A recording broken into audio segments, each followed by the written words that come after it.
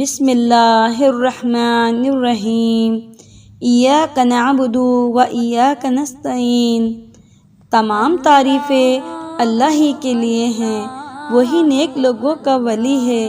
میں گواہی دیتی ہوں کہ اللہ کے سوا کوئی بھی معبود برحق نہیں، وہ یکتا ہے، اس کا کوئی نہیں۔ اور میں یہ بھی گواہی دیتی ہوں کہ ہمارے پیارے نبی صلی اللہ علیہ وآلہ وسلم اللہ کے بندے اور اس کے رسول ہیں۔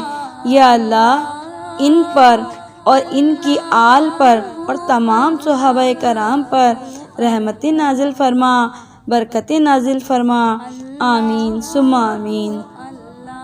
السلام علیکم یوٹیوب سامعین، آج میں آپ کو دعائے حزب البحر کے بارے میں بتاؤں گی، جو کہ اللہ تعالیٰ کی نعمتوں میں سے ایک نعمت ہے۔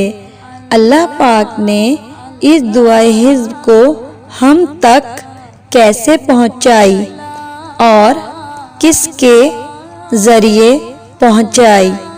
سامعین، میری آپ سے گزارش ہے کہ آپ میری اس ویڈیو کو آخر تک دیکھیں تاکہ یہ سمجھ سکیں حزب البحر ہم تک کیسے پہنچی، اور ساتھ ہی میرے چینل کو سبسکرائب کریں۔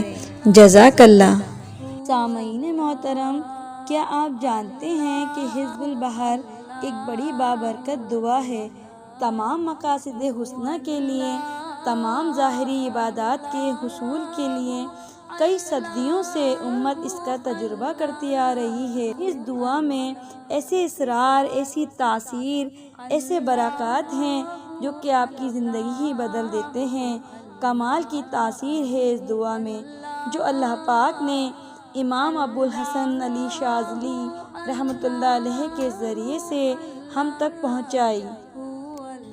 سیدی ابو الحسن علی شاذلی رحمۃ اللہ علیہ کا سلسلہ نسب سیدنا عبداللہ بن حسن مسنی کے واسطے سے جنتی جوانوں کے سردار سبت رسول سیدنا حسن بن علی رضی اللہ تعالیٰ عنہ کے واسطے سے شہنشاہ ولایت سیدنا علی رضی اللہ تعالیٰ عنہ اور سید النساء العالمین خاتون جنت جگر گوشہ رسول فاطمہ زہرا رضی اللہ تعالیٰ عنہ سے جا ملتا ہے۔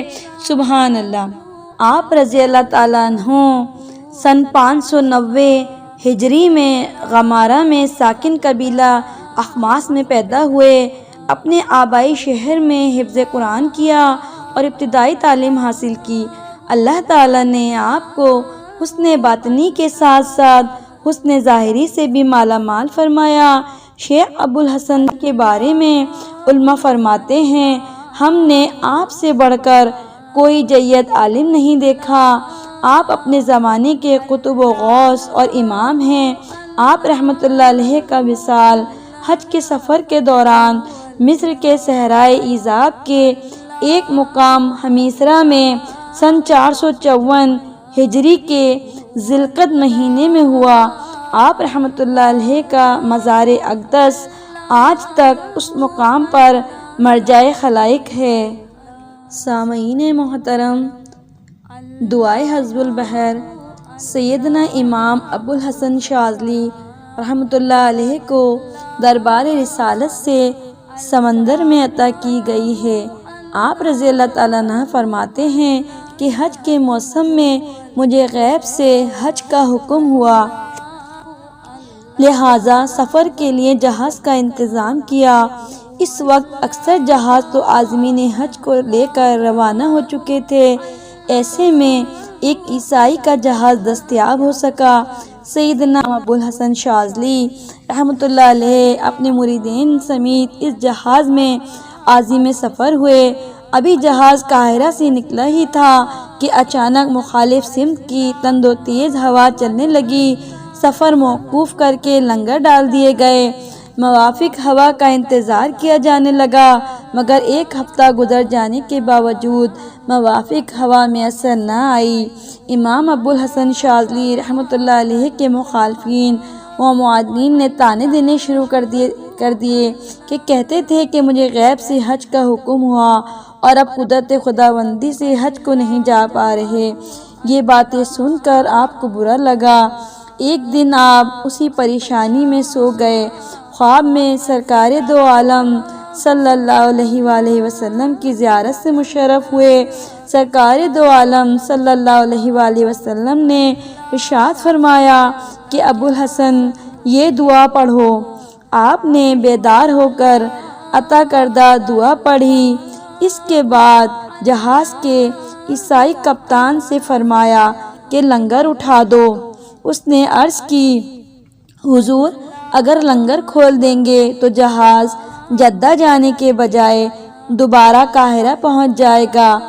آپ نے فرمایا کہ تم جہاز کے لنگر کھول دو، اللہ تعالیٰ کرم فرمائے گا۔ آپ کے حکم پر جہاز کا کپتان لنگر کھولنے کے لیے بڑھا تو موافق سمت کی اتنی تیز ہوا چلنے لگی کہ لنگر کھولنا ممکن نہ رہا اور لنگر کو کاٹنا پڑا اور جہاز اپنی منزل مقصود جدہ تک پہنچ گیا۔ سبحان اللہ۔ تو سامعین، یہ ہے حزب البحر کی حقیقت۔ اللہ پاک نے اس طرح اس حزب کو ہم تک پہنچایا۔ سبحان اللہ۔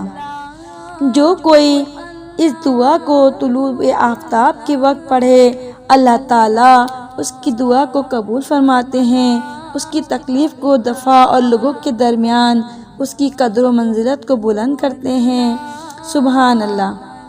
امام ابو الحسن شاذلی رحمۃ اللہ علیہ فرماتے ہیں کہ اگر میرا یہ حزب بغداد میں پڑھا جاتا تو وہ چھینا نہ جاتا۔ یہ حزب جس مکان میں پڑھا گیا وہ آفات و بلیات سے محفوظ رہا۔ جس کسی نے ظالم کے شر سے محفوظ رہنے کے لیے پڑھا وہ شر سے محفوظ رہا۔ جس نے روزانہ ہر نماز کے بعد پڑھا وہ حوادث زمانہ سے محفوظ رہا۔ جس نے جمعے کی ساعت اولا میں پڑھا وہ آفت سے امن میں رہا۔